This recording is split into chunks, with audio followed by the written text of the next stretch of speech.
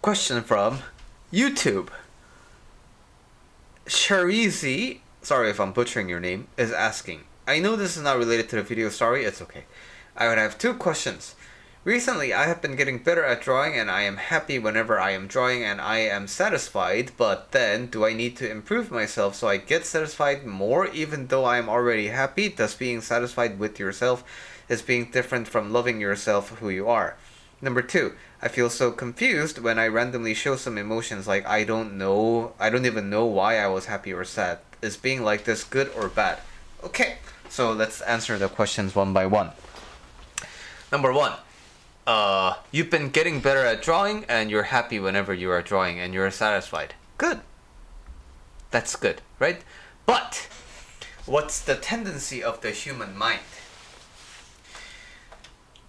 You're gonna get used to it.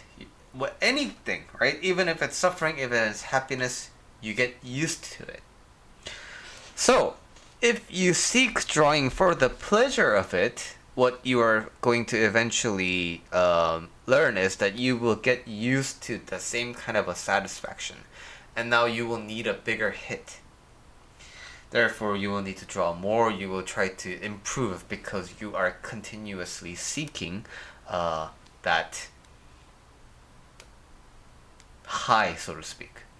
And I know I explained in my other video, coaching doesn't really have any guarantees, but in general, I find that life has two guarantees. Number one, if you seek pleasure, you will end up with drugs. And if you continue searching for the point of life, you end up with suicidal tendencies. This is just how things go, right? But then, what about Billy? He surfs, right? And then he trains jiu-jitsu, and then he does life coaching videos like me. So does that mean he will also need to ramp up more and more and more and more? So this is where you kind of draw kind of a vague line between the things that you do to feel good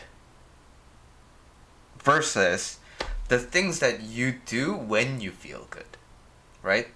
So, I go to the beach and then when I'm just in the water, I'm just so happy.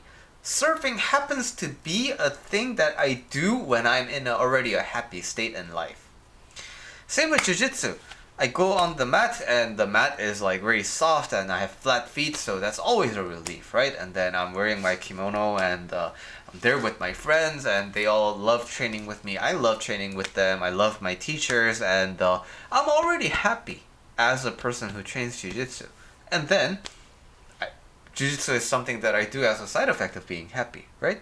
And so every person, I believe, has a way of naturally expressing their contentness, naturally expressing their when they are suffering free. It's a very liberated, free feeling state, right? Some people will jump up and down in joy. Some people will cry in joy.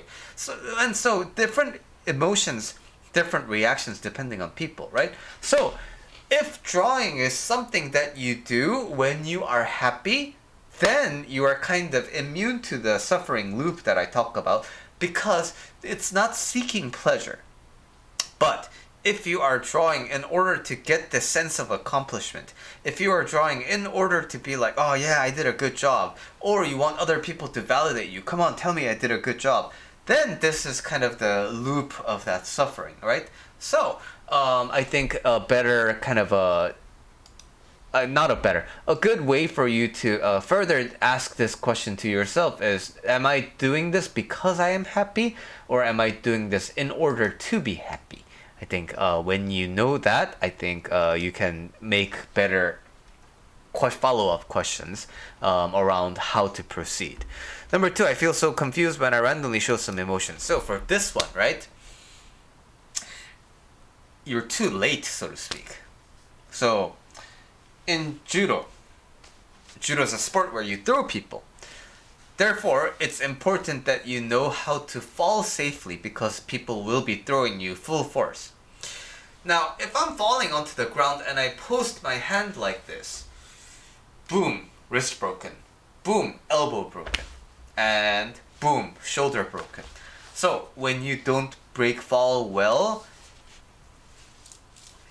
also when you don't break fall well, your head will bonk on the ground. Very not fun. And if you don't fall well, you will land on your back, and all your organs are gonna have a nice reset. Not fun. All of those I have tried, not fun. Get the wind knocked out of you. Absolutely horrible. So you learn how to break fall, right? So you learn how to roll, and then you learn how to dissipate the energy of gravity into all of your body, right? So instead of all the pressure going into my wrist, I spread all the pressure through all of my body. And that is what softens the impact. That's what allows me to get up after I fall. So, when you fall, it's important to already keep in mind that, oh, I'm falling, I have to break fall, right? But as a beginner, when you first start, you're just so used to your body just doing whatever it's normally doing that you don't even think about breaking fall. So, what you will find is you're boom, oh, and then you realize, oh fuck, I didn't break fall, that's why it hurts so much. So you are confused because you randomly show emotions. You didn't even know why. This means you are feeling things, but you are too late to catch them. So you fell already and you're feeling the pain and you're like, oh crap, I should have broken fall. But what happens over time after repetition and repetition is that you get better at breaking fall, right? So at first you will fall, oh, and then you will slap the mat. And then the more you do it, the time delay between the impact and the break fall will be smaller and shorten and shorten and shorten and shorten and shorten, right? And when you reach this state, the more you do it, it's pre-installed on your brain. So even if you're not really falling, right? When you feel like you lose your sense of balance, your body is gonna naturally come to the position to break fall. You're gonna fall in a controlled way too. You're not just gonna be like pop, right? So this analogy adapted to your life is basically you will slowly catch yourself expressing and then like, oh wait, I'm feeling like this right now. And then that term will shorten and shorten and shorten, and then you will catch yourself when you are expressing an emotion or when you're about to express an emotion. You're like, oh wait, I'm about to express this because I'm feeling like this. And then the more this goes on, you will have general awareness of what am I feeling right now? And this feeling that I am having, how is it impacting my thought processes right now? And at that state, you can be in more control of your life. And why is control over your life so important? Because you're the only person who can give yourself freedom. You become untethered to the ideas and constructs that you or society might have for you.